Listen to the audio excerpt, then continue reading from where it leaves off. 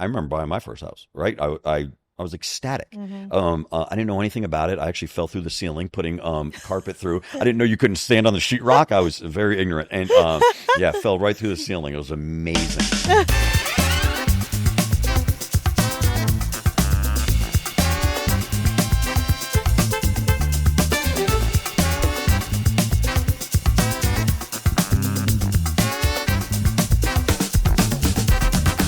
So Josh Yes. Barcome with Enact, our Yes. strategic private mortgage insurance company. Yes. I'm so excited to have you on our podcast. Yeah, I'm happy to be here. Thank you so I much. love what you're doing with this. It's well, great. Thank you. Yeah. Thank you. We've Yeah. been doing business together for what, 10 years? Yeah, 10 years, my entire time in this role. Yeah. You guys are absolutely amazing, Thank and you. we enjoy doing business with you guys. Likewise. We like aligning ourselves with professionals and the Same. people that take care of our customers, and you guys just do it each and every day. Well, as do you. And So we are going to debunk any Yeah. myths and any questions Right that here. consumer has about mortgage this insurance. is going to be a very good debunking session then. Yeah. Absolutely. So, Josh, tell us a little bit about private mortgage insurance. Sure. How does it work? Sure. And we'll get into some of the questions that some of our viewers has had. Yeah, it's great. So thank you so much for having us and for the kind words. We absolutely love partnering with you. You've been a very loyal partner for 10 years that I've been here. True to your word, educated and knowledgeable. And that's exactly what we like to partner with, right? So thank you for that. Thank you. Private mortgage insurance, conventional private mortgage insurance, a lot of questions, right? I feel like when I was growing up in the late 80s, 90s, it was the big bad guy in the room, right? And it got this moniker of, oh, that's a penalty you pay. And if you should avoid PMI. And I think that discussion has been reframed and should continue to be reframed with educated professionals like you, that it is not a penalty. It is a tool that helps you achieve home ownership sooner. Great point. You know, that it is a piece of DeAnn's toolbox that she can leverage to say, does it make sense for this borrower to get into this home now with private mortgage insurance, or should they wait to put down 20%? Right, because that is a lot of money for It's a lot of money. let's say, first-time home buyers. It's a lot of money to save up, and especially right now where affordability has been a problem here. Sure. That's where a big responsibility is on folks like DeAnn Ellis, right? You can come in there with your education and with your experience and say, here's why it makes sense for you to utilize this tool of private mortgage insurance. Do not view this as a penalty. View this as a tool to get into your home earlier. And by the way, those next 5 years that you would have been waiting to save up 20%, you're going to miss out on all this home price appreciation. Great point. Right? So that's where the conversation should be reframed as, for the consumer anyway, as it's a tool to home ownership. It is not a penalty for not having enough to put down. That is just not the case. You know, it got that bad moniker when we were growing up, right? And it was, you know, the reason it did really was, hey, it's insurance that you pay for, Mr. Borrower, but you don't see the benefit of because it insures the bank. And it's like, true. But it lets the bank make a little bit more of a risk. That's right. So it is true that you're not the beneficiary of the insurance policy. Mm-hmm. That's correct. But what isn't correct is that you don't benefit. You do benefit. You are getting in that home sooner. That bank now says, hey, I didn't want to lend all this money to Joe Smith. He seems a little bit risky, but Enact, if you're going to insure that, yeah, I'll do it. Yeah. Right. So that's kind of, we're backing. We know that you're going to make the payment. We're backing you. Yeah. And that's what we do. We pool risk together. If we did it for one Joe Smith, that wouldn't be insurance, right? We have to do it for hundreds of thousands a year to pool that risk together. That's what insurance is. It's the first-time home buyers. They really just believe, like, because their parents, the boomers, and me, and we were all taught that it was a penalty. Why would you pay that? Don't pay that. Save your 20%. It's like, that's fine. And that was fine in the 80s when the interest rates were 17% and home price appreciation was this. But when home price appreciation, there's a little bit more hockey stick to it, and your interest rates, last 2 years, notwithstanding, withstanding, is the interest rates are like this. It makes more sense to get in it now, right? But that's why I said because if you wait, the home prices are just going to continue to go up. Continue to go up, and it's like, okay, so I saved my $120 a month, but now I've got to put down. Now I have that same house is worth $300,000, right? More. And you've built all this wealth. Yeah, it's just like as opposed to let me rent. Let's throw money away on rent. Yeah, $2,500 and make my landlord rich. Make my landlord rich. Yeah, and I'm going to not buy a house because I'm going to save $120 a month. Yeah. Respectively. Respectively. That's just using and an of course, example. Responsibly as well, right? If that $120 a month really does set you into that or hit you over that tipping point where you can't afford it, then shame on you. Right. And shame on us for educating them, for not educating them properly, right? To say, hey, let's hit the brakes, go save for a year, and let's talk again. That's right. Let's put you on a plan to get there. So let's say that a homeowner purchases a home, they redo the home, they finish the basement, they put a pool in, they do all the things, and then they start building equity quicker than anticipated. Yeah. What does that look like as far as if they do have the equity position short term? Can they cancel the mortgage insurance if they need to? For sure. And there's another common misperception around mortgage insurance. You have to hold it for 2 years. There are situations where you have to hold it for 2 years. There's actually a situation where you have to hold it for 5 years. But there's also a situation where you can cancel it the next day, right? So in the situation you're describing where they do renovations, that's going off current value, right? So you're enhancing the value of that home.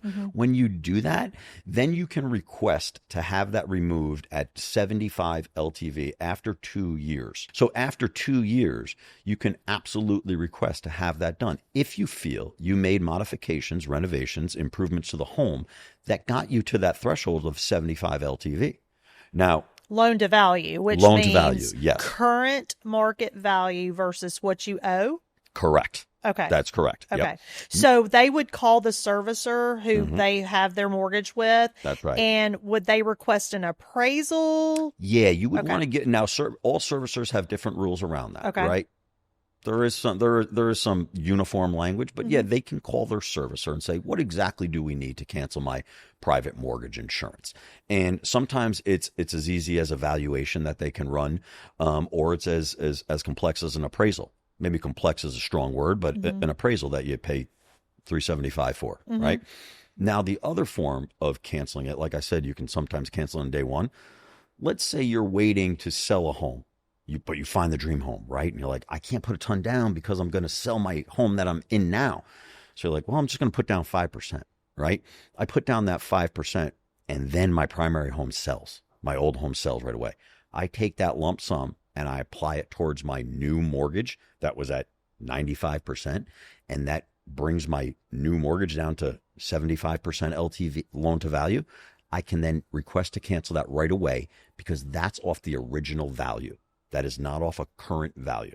Does that make sense? That's Absolutely. A little more complex. Okay. No, it totally makes sense. And I'm going to piggyback off that for just a second. Yeah. I'm going to go down the mortgage hole. Yeah. So we have equity advance programs. So in that situation, let's say someone owns their home free and clear and it has not sold.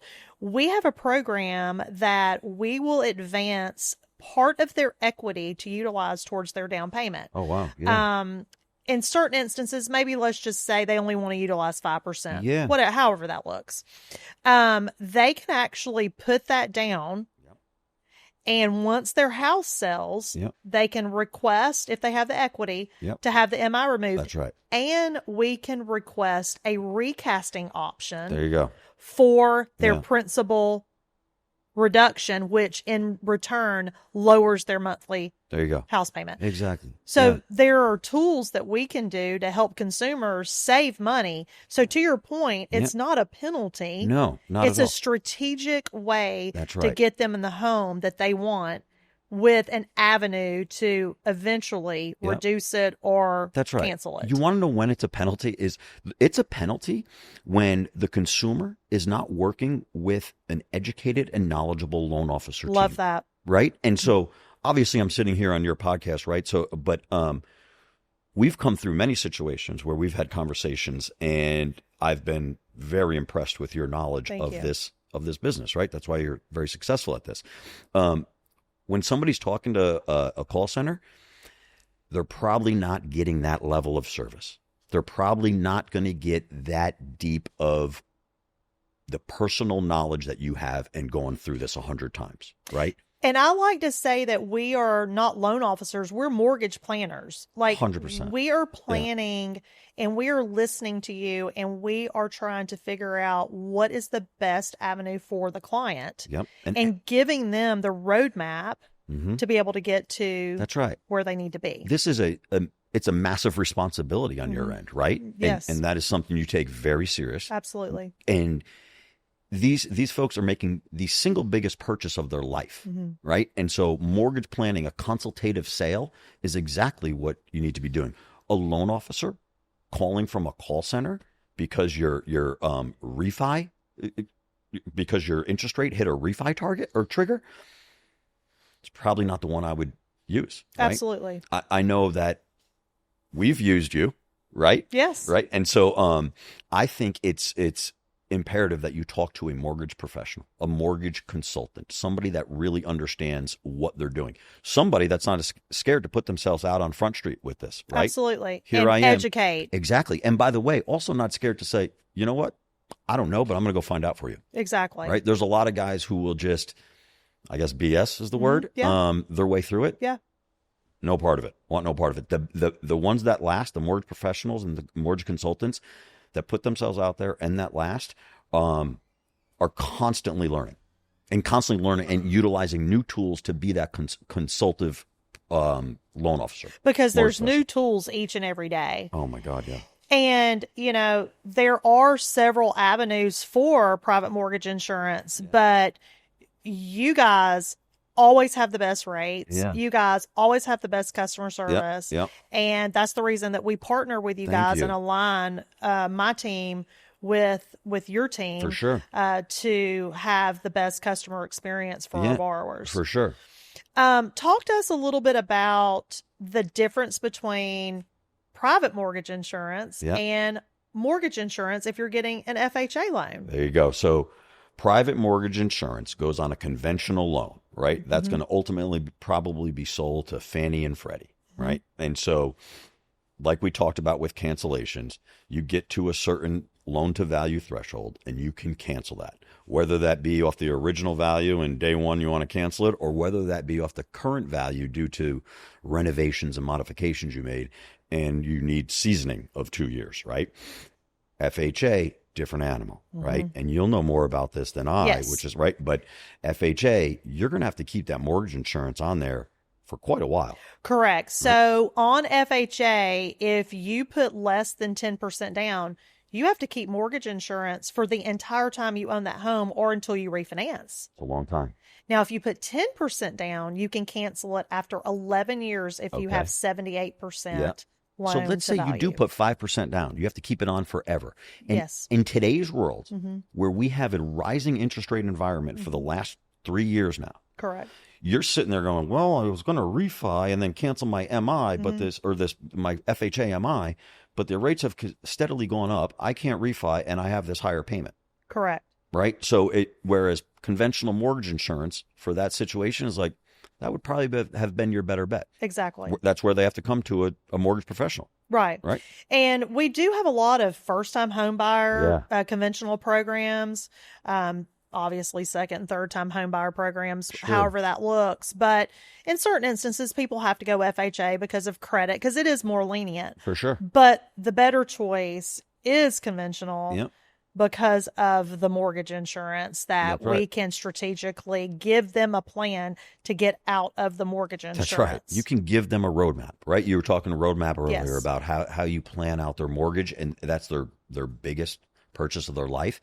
First time home buyer, it's overwhelming, right? And if you can sit down with them and show them a roadmap to a bit of a lower payment, that's refreshing.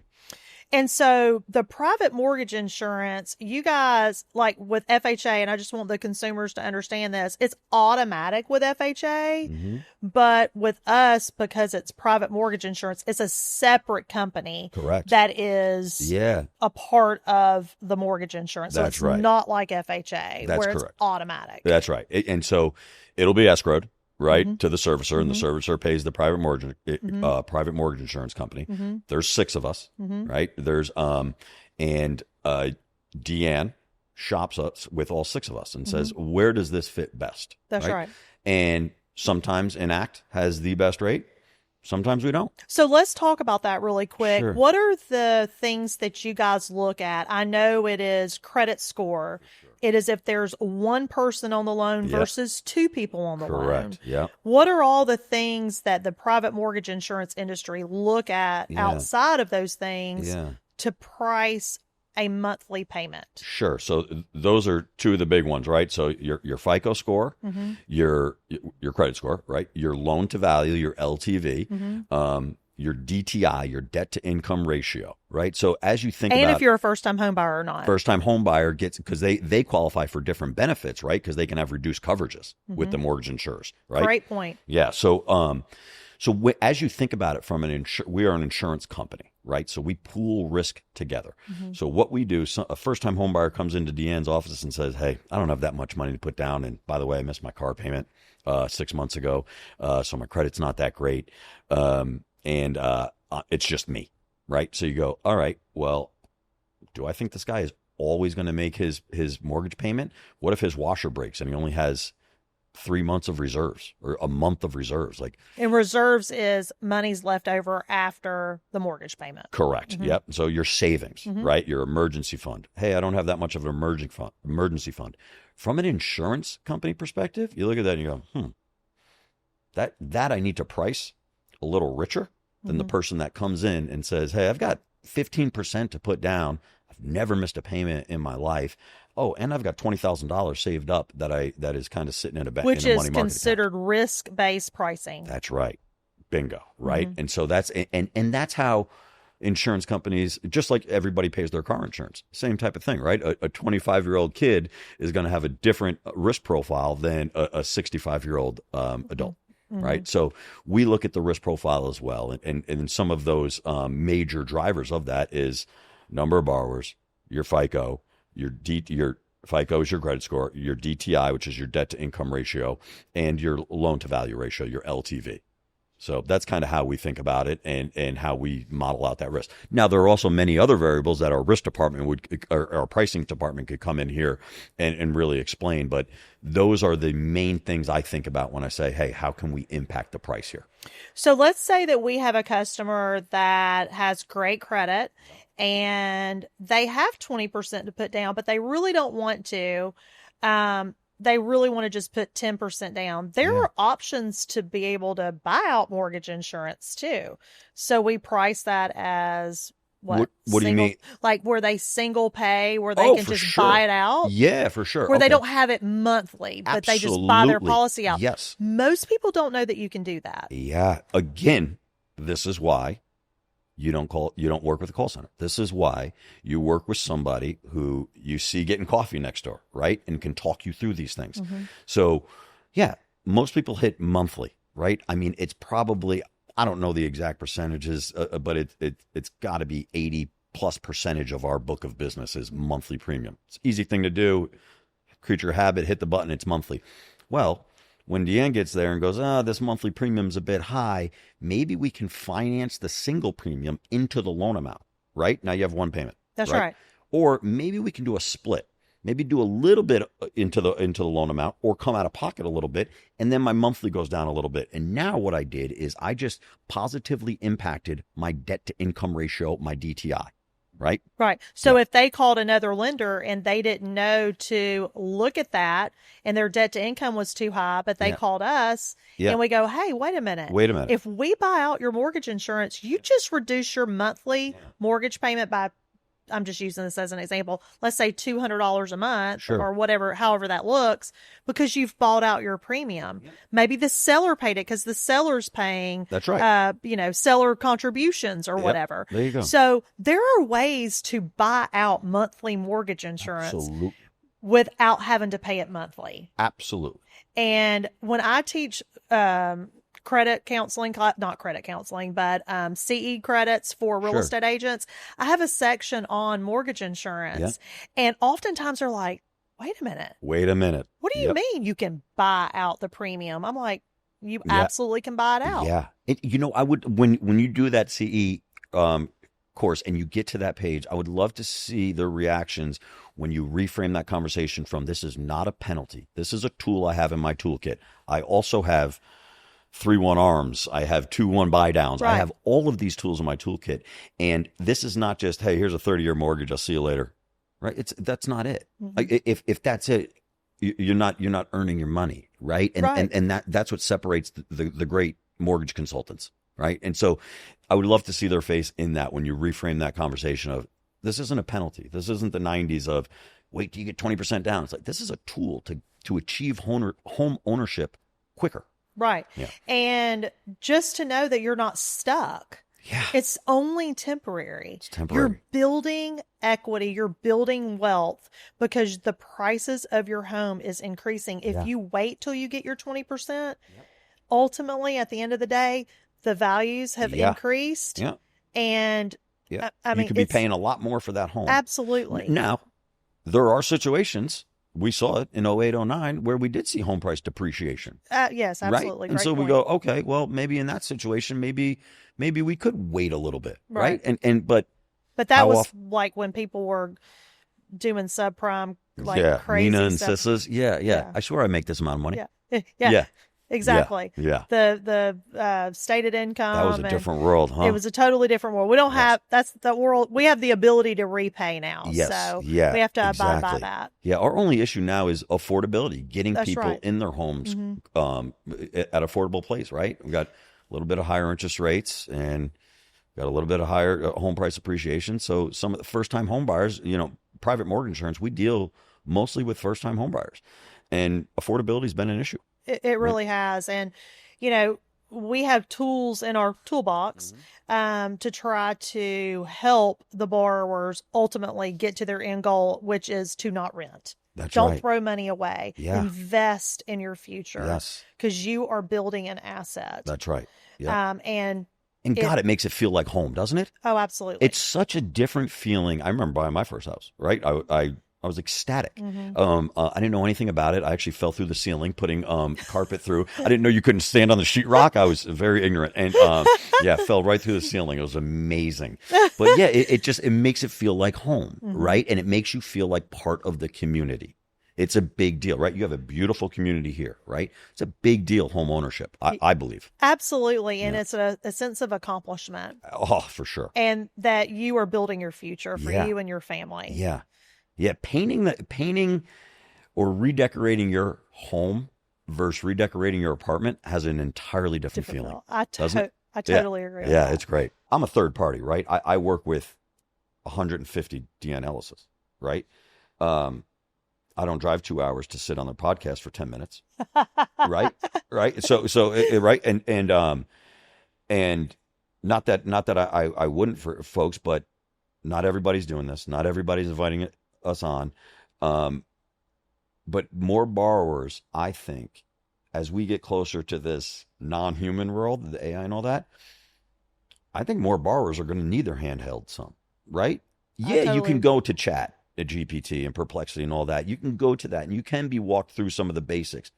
But at the end of the day, like, I want somebody that kind of knows my situation and gives a crap about me to help me through this thing.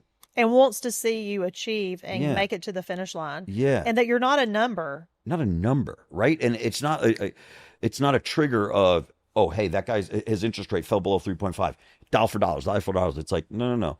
DeAnn has the same type of trigger. And she's calling to say, hey, by the way, I know you were looking to save a couple bucks. Here's how we're going to save you a couple dollars. And here's why it makes sense already. I've run it for you. Here's your good faith. Here's why, or your loan estimate, right? And here's why this does make sense. Right. So it's just, it's, I think, I hope that we do I think we've done a 180 where it's, hey, let's look at these big brokers and let's do these guys that aren't necessarily, maybe aren't as involved in the community. And maybe we go back in 180 and we look at a place where the mortgage consultant is is something that's highly valued. And they're a key role. A key role. It's the education, right? Mm-hmm. We can all type into chat, hey, tell me why PMI is good. Tell me why it's bad. I type into chat all the time, and I go, I don't know what that means, right? Mm-hmm. I can read it on a surface level, but I can't get deep enough on that. So I have to call the industry expert and go, explain this to me like I'm a 5-year-old. I love that, industry expert. Yeah, right. It's true. I mean, how many files have you closed in your career? Oh my gosh. I don't even know. I mean, thousands. A ton. Thousands, right? I mean, thousands and thousands and thousands. And then how many have you not closed? Even more, right? Yes. All of that comes with a massive amount of experience. That's a massive amount of education that you can give to the next borrower that walks in your door and goes, I'm being told I should buy a house, but where do I start? That's right. And it's like, I was told I have to get a pre-qualification letter. What does that mean? Exactly. And what is the difference between pre-qualification and pre-approval? Yeah. It's really a big difference. Yeah. And how you structure the loan is a big difference too. A lot of times people will call and they go, hey, I want an FHA loan just because that's what, their Aunt Susie my neighbor said. Got it. Yeah. Or my neighbor got. Yeah. Well, they don't even know the conventional loans that That's are right. out there. And FHA has its place. Sure. Oh, 100%. Absolutely. And the execution is kind of rich right now. Yeah. Right. And yes. so we battle them all the time. Yeah. There's government PMI and there's conventional PMI. Right. And we're conventional PMI and we're battling them all the time. So, right. But again, it takes a professional like my team to look at the different qualifications of the consumer and say, this is your best route. That's right. This is the way that you need to go. Given the conversations that we have had, this is what I would do if I was in your shoes. And we really take that to heart. Yeah, for sure. Yeah, it shows. There's a reason why. And you're neighborly, your community. I mean, look at this place you're in, right? I know. Isn't it awesome? It's awesome.